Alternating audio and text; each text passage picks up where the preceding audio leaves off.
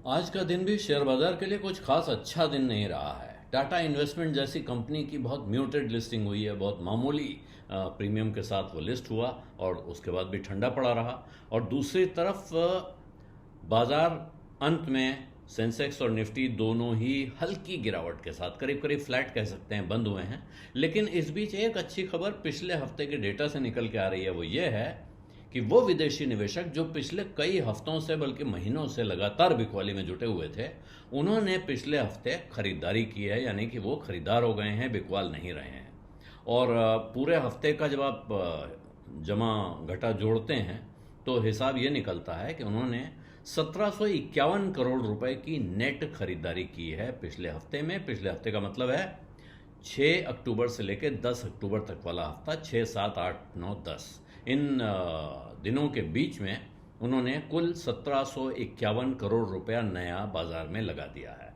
ये डेटा निकलता है एनएसडीएल से, और वहाँ से ये निकल रहा है कि काफ़ी लंबे समय से बिकवाली करते हुए एफपीआई, फॉरेन पोर्टफोलियो इन्वेस्टर या एफआईआई, इन पर जिन पर सबकी नज़र थी कि भाई आखिर कब तक बेचते रहेंगे, कब बाजार में वापस लौटेंगे, जबकि दूसरी तरफ घरेलू निवेशक, जिसको डीआईआई कहते हैं, अब पहले डोमेस्टिक इंस्टीट्यूशंस कहते थे, अब डोमेस्टिक इंस्टीट्यूशनल इन्वेस्टर्स कहते हैं, वो खरीद रहे थे। लेकिन इस हफ्ते का जो आंकड़ा अब सामने आ रहा है उससे जब आप देखते हैं कि अब वो विदेशियों की बिकवाली समेटने में ही डीआईआई का सब पैसा, हालांकि बड़ा पैसा डीआईआई जम के पैसा लगा रहे थे, उसमें से काफ़ी बड़ा हिस्सा विदेशियों की बिकवाली समेटने में ही चला जाता था, तो उससे बाजार किसी दिशा में आगे बढ़ेगा इसकी संभावना बहुत कम रह जाती थी। और यही वजह है कि बाजार बहुत दिनों से आपको अटका हुआ भी दिखाई पड़ रहा था। अब जो इस हफ्ते का आंकड़ा आ रहा है, यहाँ दिख रहा है कि उन्होंने एकदम से, और ख़ास बात यह है कि कैश मार्केट में किया, ये एफ एंड ओ या डेरिवेटिव में नहीं है, कैश के मार्केट में एफआईआईज ने एकदम से अबाउट टर्न लिया हुआ है, ये दिखाई पड़ रहा है। पहले 2 दिन उन्होंने बिकवाली की है उस हफ्ते में भी।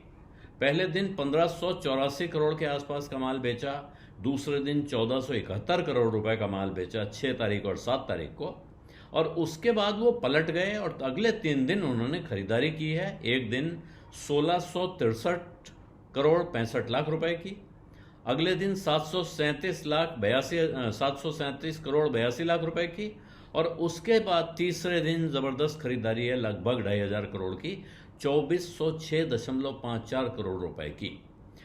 जब इनको सबको उधर के माइनस और इधर के प्लस जोड़ते हैं आप, तो आंकड़ा आता है 1751 करोड़ 79 लाख रुपए इस हफ्ते के। तो जब इसे आप जोड़ते हैं तो इससे दिख क्या रहा है कि अब विदेशी निवेशकों को वापस भारत में इंटरेस्ट आ रहा है, या उनका सेंटिमेंट सुधर रहा है भारतीय इक्विटी मार्केट को लेकर। और इसकी वजह एक, दुनिया में माहौल सुधर रहा है, स्टेबिलिटी आ रही है। खास चीज़ जो आज हुई है बाजार बंद होने के बाद, वो है गजा का शांति समझौता। उसका ऐलान बाकायदा डोनाल्ड ट्रंप ने जाके इजरायली संसद में किया, और वहाँ दोनों तरफ से बंदूकों का लेन देन हुआ है, तो वो है। और दूसरा, भारत की इकोनॉमी की ताकत, जो यहाँ से रेजिलियंस लगातार दिख रही थी, ये इंतजार ही हो रहा था बहुत समय से कि कब ये भगदड़ रुकेगी, कब एफआईआई समझेंगे और कब वो लौट के आएंगे। तो संभव है कि अब यहाँ से, ऐसा विद्वानों का कहना है कि अब यहाँ से एफआईआईज का इनफ्लो अगर और बढ़ता है, तो इसका मतलब है कि अब बाजार का ट्रेंड सुधर के बाजार में मजबूती आने के आसार दिखाई पड़ेंगे। लेकिन शर्त है उसके आगे, एक शर्त यह है कि दुनिया भर का जो रिस्क तरह तरह का मौजूद है, जैसे इजराइल और गजा वाला मामला, गजा का मामला सुलटता हुआ दिख रहा है, इजराइल हमास के बीच में जैसे भी हो समझौता होता हुआ दिख रहा है, वहाँ शांति लौटेगी। उसी तरह की चीज़ें अगर दूसरे मोर्चों पे भी हो जाती हैं, और साथ में भारत की कंपनियों में कमाई की रफ्तार बढ़ती हुई दिखती है, अर्निंग्स का मोमेंटम जिसको कहते हैं, कमाई हो रही है लेकिन कमाई में तेज़ी नहीं आ रही है, दम नहीं आ रहा है, और उसकी वजह से उत्साह नहीं लौट पा रहा है बाजार में। अगर वो लौटता हुआ दिखता है तो फिर यहाँ से एक अच्छी तेज़ी की तैयारी की जा सकती है, ये जानकार कह रहे हैं। जो अब आप वापस उसी आंकड़े पे आए फॉरेन पोर्टफोलियो इन्वेस्टर्स के, तो जो एनएसडीएल का आंकड़ा दिखा रहा है कि इस हफ्ते के आंकड़े को देखते ही आप मान लेते हैं कि अक्टूबर के महीने में अभी तक के जो कुल बिकवाली अब है बाजार में वो बची है 2091 करोड़ रुपए की। उधर सितंबर के महीने को देखेंगे तो वहां 23,885 करोड़ रुपए निकला था बाजार से एक साथ, तो वो 23,885 करोड़ निकला था। अक्टूबर अभी करीब आधा हो रहा है, लेकिन यहां अब 2091 करोड़ बचा है। यहां से अगर आगे खरीदारी तेज होती है तो ये पूरी तरह साफ हो सकता है, खरीदारी आ सकती है। लेकिन अभी तक विदेशी निवेशक जो पैसा बाजार से निकाल चुके हैं वो है 1,56,611 करोड़ रुपए।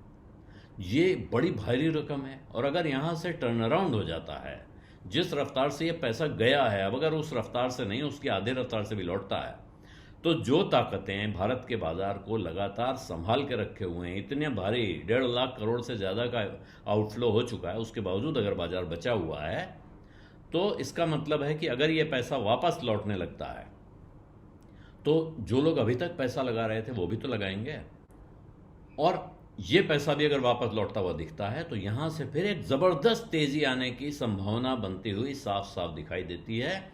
लेकिन अगर ये इनफ्लो लगातार बरकरार रहे, जारी रहे, नया पैसा आता रहे, कॉर्पोरेट अर्निंग्स में जोरदार मजबूती देखने को मिले, और साथ में दुनिया के हालात दुरुस्त रहें, स्टेबल रहें, स्थिर रहें, इन सबको देखना पड़ेगा।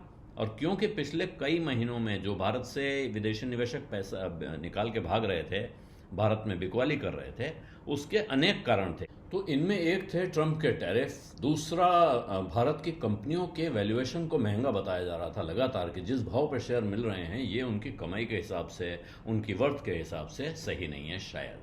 और तीसरी बात, दुनिया का जो हाल था जिसमें तरह तरह की अनिश्चितताएं पैदा हो गई थी, और वो भी ट्रंप के टैरिफ की वजह से, ज़्यादातर मामलों में जो उन्होंने अलग अलग देशों पर टैरिफ लगा रखा था उसकी वजह से दुनिया का व्यापार एक तरह से अधर में लटका हुआ त्रिशंकु अवस्था में दिख रहा था। कब किसका भला होगा किसका बुरा होगा पता नहीं, अभी यही हाल दिख रहा है, क्योंकि अभी चीन के साथ उनकी फिर खींचतान शुरू हो गई है।